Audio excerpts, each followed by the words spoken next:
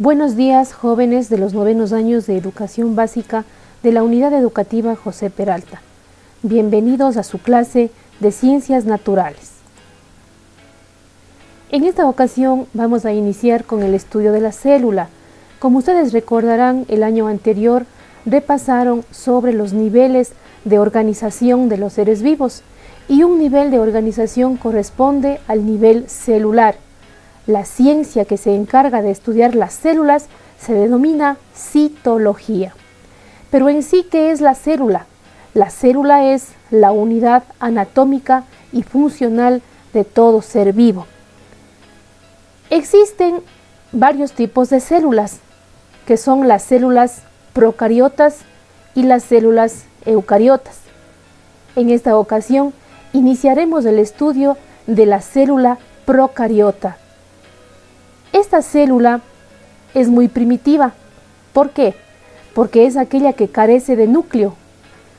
Uno de los organismos que están formados por células procariotas son las bacterias, y por eso se las denomina seres unicelulares. Las células también tienen diferentes formas de presentarse.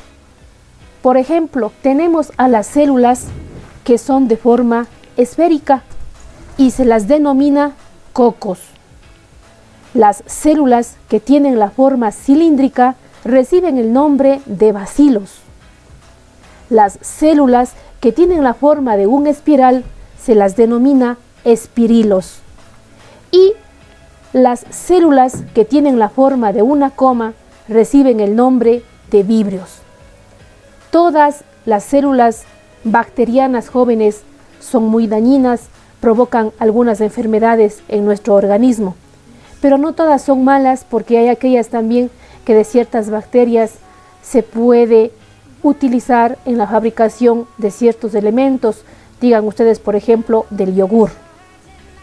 Vamos a continuar ahora con los componentes de la célula procariota, es decir, qué elementos nomás nosotros encontramos en una célula procariota.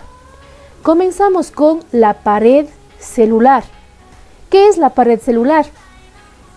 Esta pared celular es aquella que se encuentra por debajo de la membrana de la célula y está formada por diversas sustancias. Una sustancia muy principal en la pared de la célula bacteriana se denomina peptidoglicano, que es una sustancia que se encarga de dar forma, consistencia a la célula, es decir, que el peptidoglicano hace que la pared celular sea muy rígida. La pared celular de las bacterias cambia de color según se utilice un tinte, por eso se llama la tinción de Gram. Esto se utiliza mucho en bacteriología, por ejemplo, para poder identificar el color que presentan las bacterias. Digan ustedes, si es que con la tinción de Gram las bacterias sí se tiñen o cambian de color, reciben el nombre de Gram positivas. Pero si las bacterias no se tiñen o no cambian de color, se llaman Gram negativas. ¿Qué otro componente encontramos en la célula procariota? La membrana plasmática.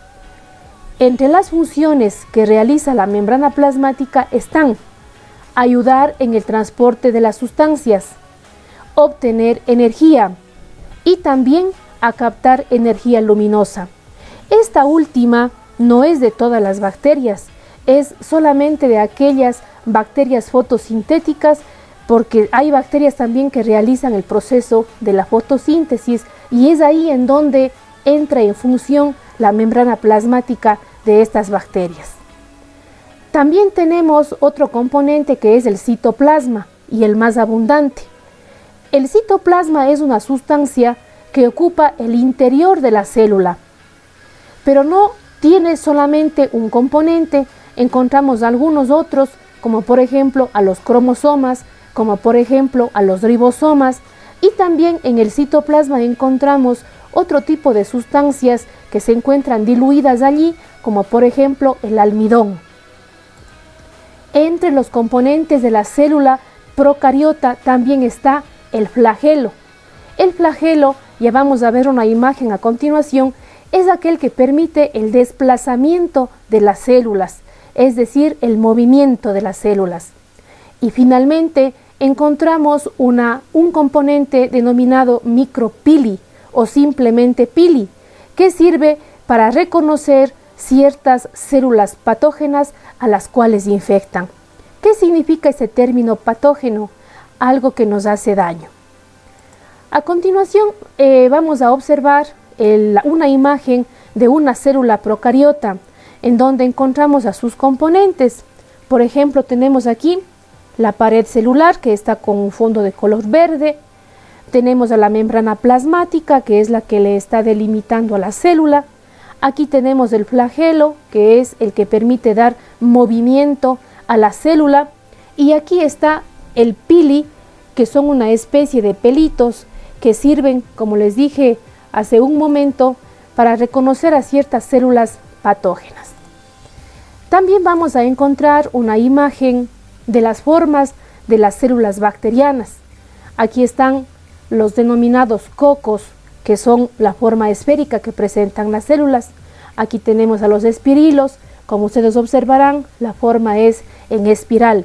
Aquí están los vibrios, que se diferencian de los que están acá arriba porque estos ya presentan una cola o presentan un flagelo. Y los de acá arriba son los bacilos, que tienen la forma cilíndrica. Con estas indicaciones, jóvenes, la tarea para esta semana consiste en contestar las preguntas que están ya en las actividades, en la planificación, en la ficha semanal que ya el tutor de curso les enviará, respecto a ciertas preguntas que tienen que contestar con el contenido que van a encontrar aquí en esta explicación. Y finalmente ustedes van a elaborar una maqueta de la célula procariota, utilizando el material que tengan en casa. Puede ser cartulinas, puede ser papel de brillo, puede ser también Fomix, marcadores, etcétera, identificando los diferentes componentes de la célula procariota y una función que cada uno de ellos desempeña. Cualesquier inquietud, jóvenes, estoy lista para contestar a sus llamadas. Comuníquense por interno.